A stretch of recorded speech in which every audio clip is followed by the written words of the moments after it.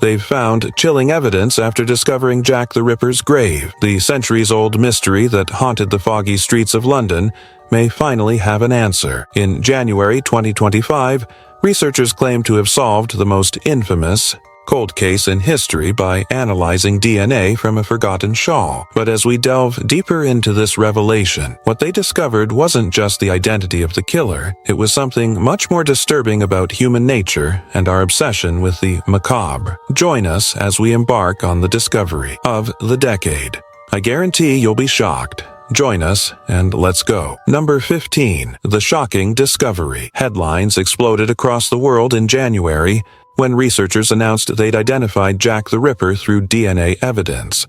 After 137 years of speculation, science supposedly nailed the notorious killer, a Polish barber named Aaron Kosminski, who'd been on the suspect list since the original investigations. The smoking gun, an old shawl allegedly found at Catherine Edow's murder scene, containing blood and other biological material that matched both the victim and Kosminski's descendants.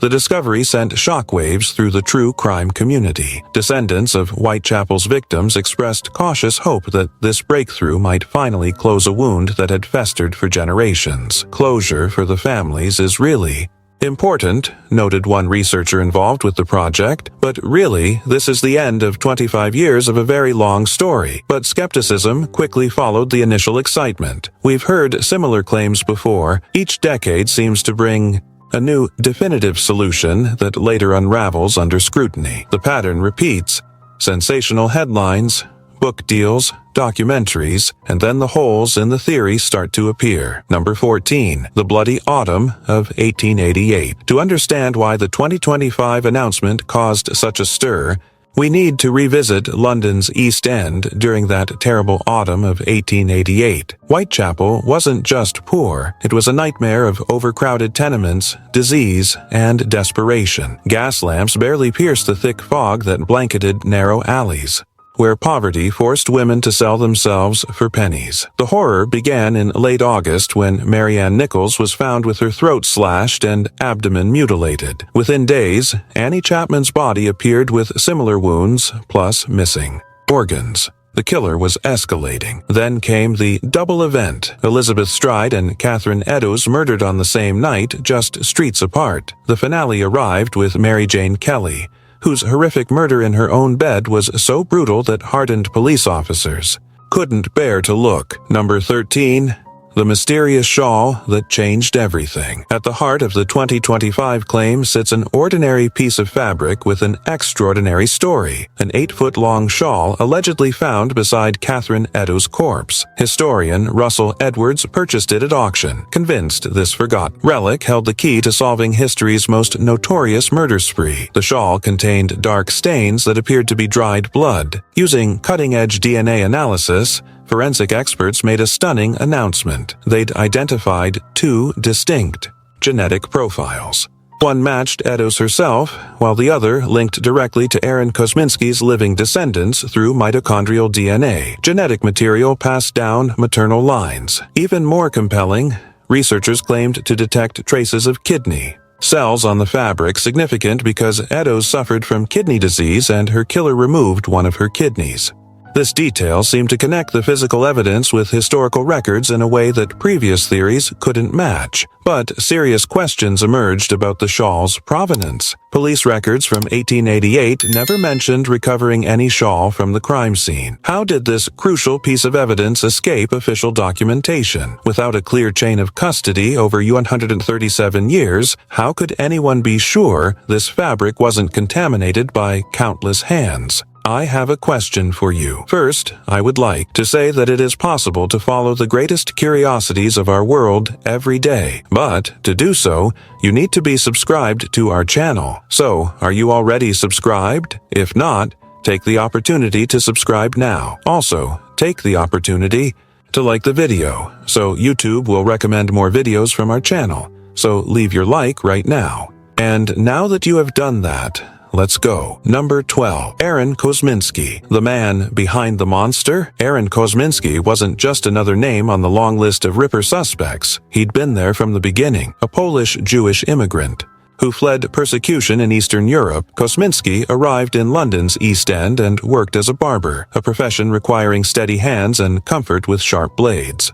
Victorian police documents show he lived frighteningly close to all the murder sites. Chief Inspector Donald Swanson, who supervised the Ripper investigation, mentioned Kosminski in personal notes discovered decades later, identifying him as a prime suspect who couldn't be prosecuted due to lack of evidence. What made Kosminski particularly suspicious was his deteriorating mental health. By 1891, his condition had worsened to the point where he threatened his own sister with a knife. Authorities committed him to Colney Hatch Lunatic Asylum, where records described his self-abuse and hatred of women, particularly prostitutes.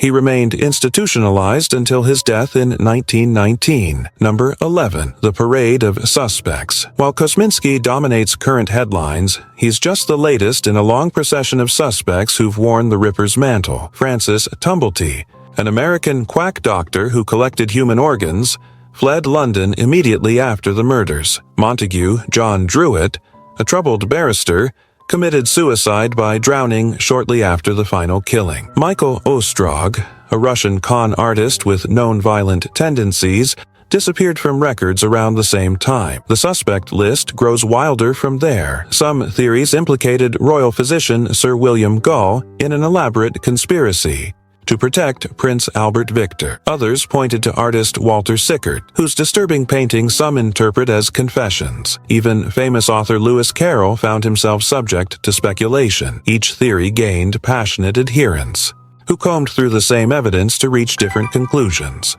Books, documentaries, and websites dedicated to each suspect created entire ecosystems of speculation, turning the Ripper case into a real-life murder mystery where anyone could play detective. Number 10. The From Hell Letter. The name Jack. The Ripper entered history through a letter received by the Central News Agency on September 27, 1888. Dear Boss, it began before describing murders in chilling detail and signing off with the infamous moniker. Days later came the Saucy Jack postcard, seemingly predicting the double murder, but it was the From Hell letter, accompanied by half a human kidney, that cemented the Ripper's place in criminal folklore. Whether genuine or elaborate hoaxes, these communications transformed random killings into a personal nightmare. They gave the nameless shadow a voice, taunting, arrogant, and frighteningly intelligent. Newspapers published these letters widely, spreading terror while boosting circulation. The public couldn't get enough. The genius of the Ripper letters was creating a character that transcended the crimes themselves. Number 9. The Forgotten Victims. While the world obsesses over the killer's identity, the women he targeted fade into footnotes of their own stories.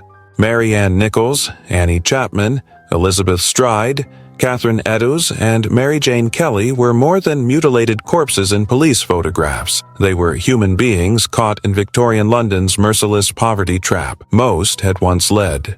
Conventional lives before alcoholism, abandonment, or economic desperation drove them to Whitechapel's dangerous streets. Mary Kelly, the final victim at just 25, had reportedly been educated and spoke Welsh fluently. Catherine Eddowes told humorous stories and wrote poetry. These women fought daily battles to survive in a world that offered them no safety net. Modern historians have worked to restore dignity to these 5 women, focusing on their lives rather than just their gruesome deaths. Descendants occasionally speak out, reminding the world that behind each clinical case file stood a real person with hopes and dreams, crushed by circumstances beyond their control. Number 8. The Ripper Industry. Walk through London's East End today, and you'll encounter multiple Jack the Ripper tours departing every evening. Guides in Victorian costumes lead visitors down the same narrow alleys where the murders occurred, pointing out landmarks while describing gory details.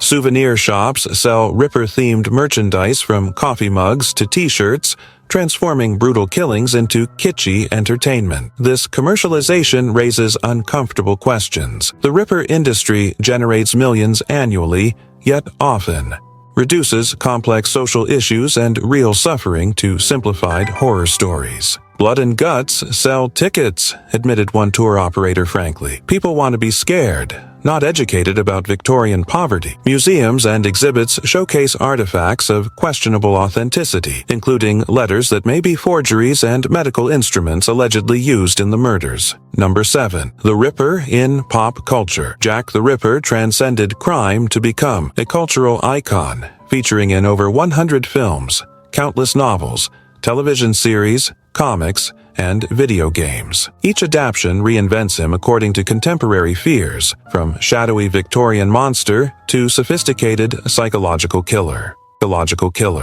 Alfred Hitchcock's The Lodger, 1927, established cinematic Ripper tropes still used today. Hollywood productions like From Hell, 2001, starring Johnny Depp, embraced conspiracy theories, while Time After Time, 1979, imagined the Ripper time-traveling to modern San Francisco. Television series like Whitechapel and Ripper Street expanded the mythos, creating entire fictional worlds around the murders. Beyond entertainment, the Ripper influenced fashion, music, and art. The iconic image, black cloak, top hat, medical bag, appears everywhere from album covers to Halloween costumes.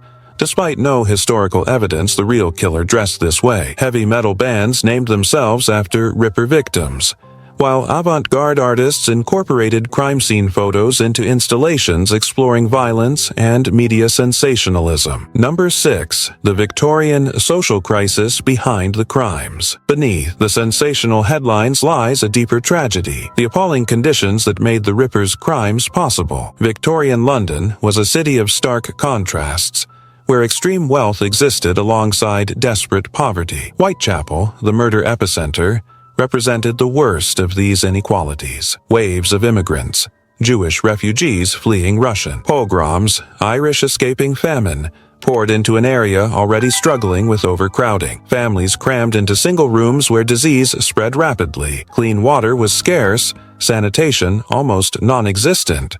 Children worked in sweatshops while their mothers took to the streets, earning pennies in the dangerous sex trade that left them vulnerable to predators. Police forces were understaffed and ill-equipped to handle crime in these poverty-stricken neighborhoods. Religious and charitable organizations offered minimal relief while often judging those they claimed to help. When the murders began, authorities focused on catching the killer rather than addressing the conditions that created his hunting ground.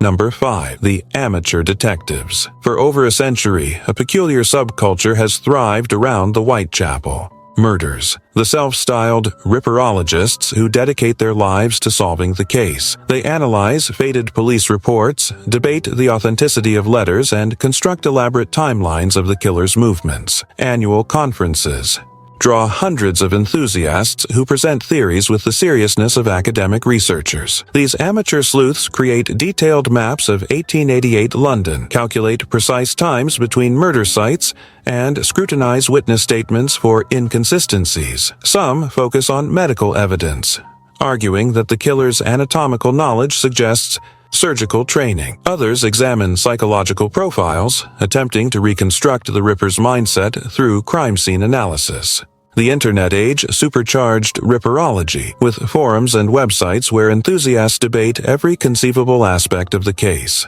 Number 4. The science of catching a Victorian killer. The Whitechapel murders occurred at a pivotal moment in forensic history. Fingerprinting was in its infancy, blood typing didn't exist, and DNA analysis lay nearly a century in the future. Victorian detectives relied primarily on eyewitness testimony and physical evidence examined through primitive methods. The 2025 Shaw analysis represents the collision between 19th century crime and 21st century science. Researchers extracted mitochondrial DNA, genetic material passed through maternal lines, from blood and semen stains on the fabric. This technique allowed comparison with living descendants rather than requiring the killer's actual remains.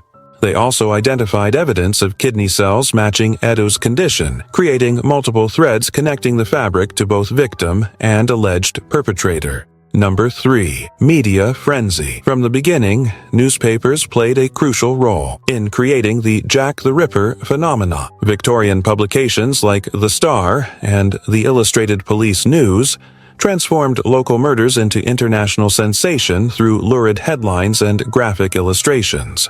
They published the Dear Boss letter that gave the killer his name and stoked public panic with sensationalized reporting. The 2025 announcement triggered a similar media explosion, with outlets worldwide proclaiming "Case closed." In dramatic fashion, television documentaries rushed into production, books appeared on fast-track publishing schedules, and online traffic spiked around Ripper-related content.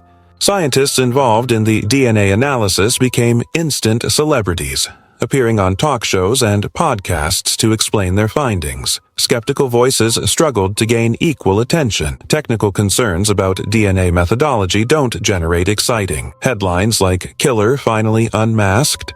Number 2. Were there other victims? While most discussions focus on the canonical 5 victims, some researchers believe Jack the Ripper's kill count may have been higher. Martha Tabram, stabbed 39 times in August 1888, is frequently considered a possible earlier victim. Others point to Alice Mackenzie and Frances Coles, murdered in 1889 and 1891 respectively, suggesting the Ripper continued after Mary Kelly. These additional cases complicate the Kosminski theory. If he was responsible for all these killings, why did his method change? If some were copycat crimes, how do we determine which murders were authentic Ripper killings? The boundaries of the case remain frustratingly fluid, shifting according to which theory is currently in favor. Some experts propose a more radical hypothesis that no single individual committed all 5 canonical murders.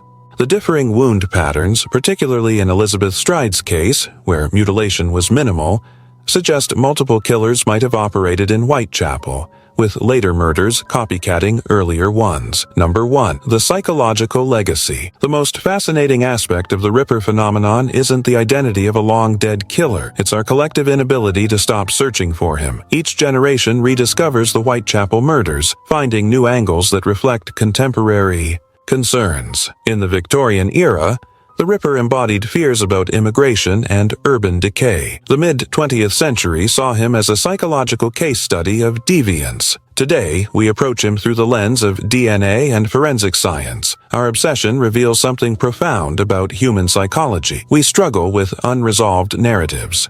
The lack of closure in the Ripper case creates an intellectual itch we can't stop scratching. Each new theory promises the satisfaction of a mystery finally solved, a narrative finally completed. Yet that satisfaction remains elusive, ensuring our continued fascination. Perhaps the 2025 Kosminski revelation will eventually join the long list of promising leads that couldn't quite close the case. Or maybe, just maybe, modern science has finally identified the man behind history's most famous unsolved murders. Are you seeing this video that is appearing on the screen? Click on it, because I have set it aside especially for you to watch. If you liked this video, I'm sure you'll like our recommendation. Well, that's it, and until next time, Curious One.